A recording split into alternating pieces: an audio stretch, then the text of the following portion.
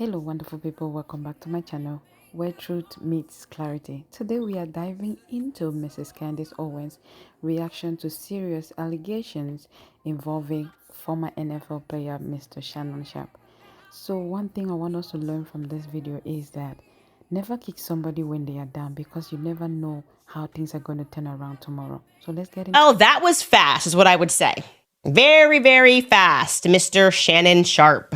He is officially out at ESPN. We said yesterday that this was likely to happen because with these sorts of contracts, millions and millions of dollars, they can and usually do include a morality clause, which, as I explained yesterday, just means just be a decent human being in your personal life too, and don't bring the company any embarrassment, meaning don't be caught at a strip club smacking booty cheeks that are $25,000 per cheek. And he wasn't at a strip club, but his text messages have been revealed, and it's quite embarrassing for ESPN. So he used to be on First Take, and now they are putting that on ice. Now, tempting for me, obviously, given the fact that despite me never meeting this man and having done absolutely nothing to this man, he truly had a moment of glee and happiness and encouraged people not to work with or speak to me when I got fired from the Daily Wire last year. Literally, we are talking about almost exactly a year ago, which is insane. Just over a year ago, reminding you of what Shannon Sharp said as he was dancing on my grave.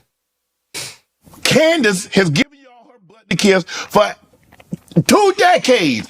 In the moment, what they do? They can't fire me. They can't fire me. The hell you say? Now look at her. Tempting. That's how it started. I mean, imagine just cheersing. Like cheers to Candace being fired. She did nothing to us, did nothing to us at all, never said anything about us. Yeah, that was how it started. This is how it's going. Here's the NBC headline.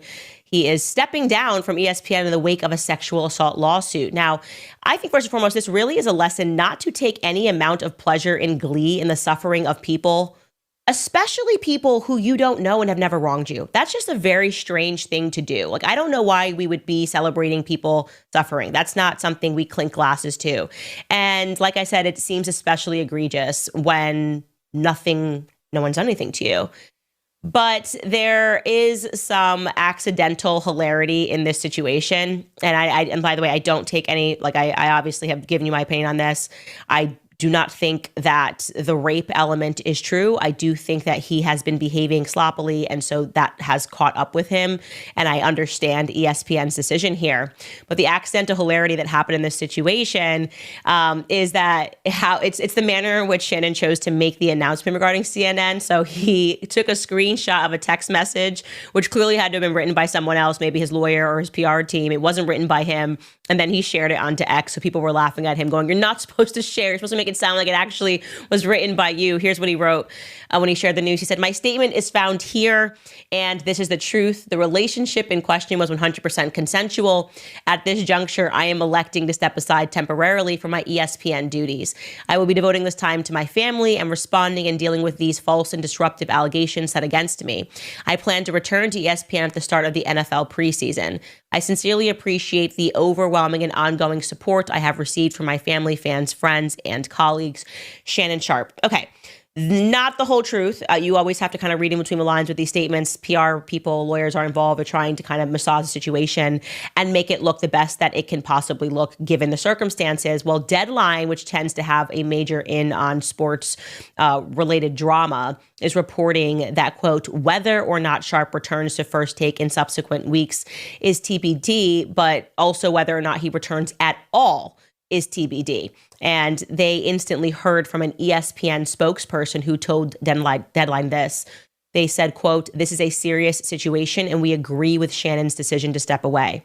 So it appears the truth is that Shannon Sharp essentially quit before he was fired. He wanted to avoid people kind of laughing at him or saying he was fired, and also kind of have a little more control over his own destiny. But this was likely they were going to say to him, "Look, it's been too much. You were caught in the act on Instagram by accident. Now we've got these messages. We don't know how much more she has. We kind of want to save ourselves the embarrassment of any more things that are happening. And it's just, you don't want any employee that's doing that much and taking away from the company. So that makes sense to me. It makes total sense to me. Again, I don't wish him bad. I hope that he finds happiness. I don't particularly take him to be a happy or a well-rounded person.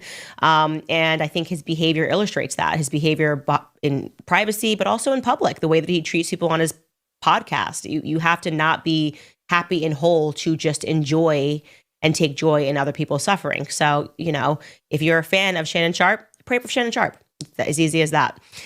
I do want to also get... First of all, I want to commend Mrs. Owens for being such a true inspiration.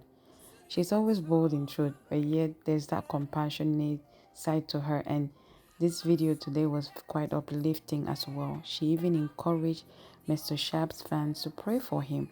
This to tell us that in every situation we should learn to be thankful, we should learn to be compassionate and kind, because you don't know what tomorrow holds. And so this is it for today. Thanks for watching.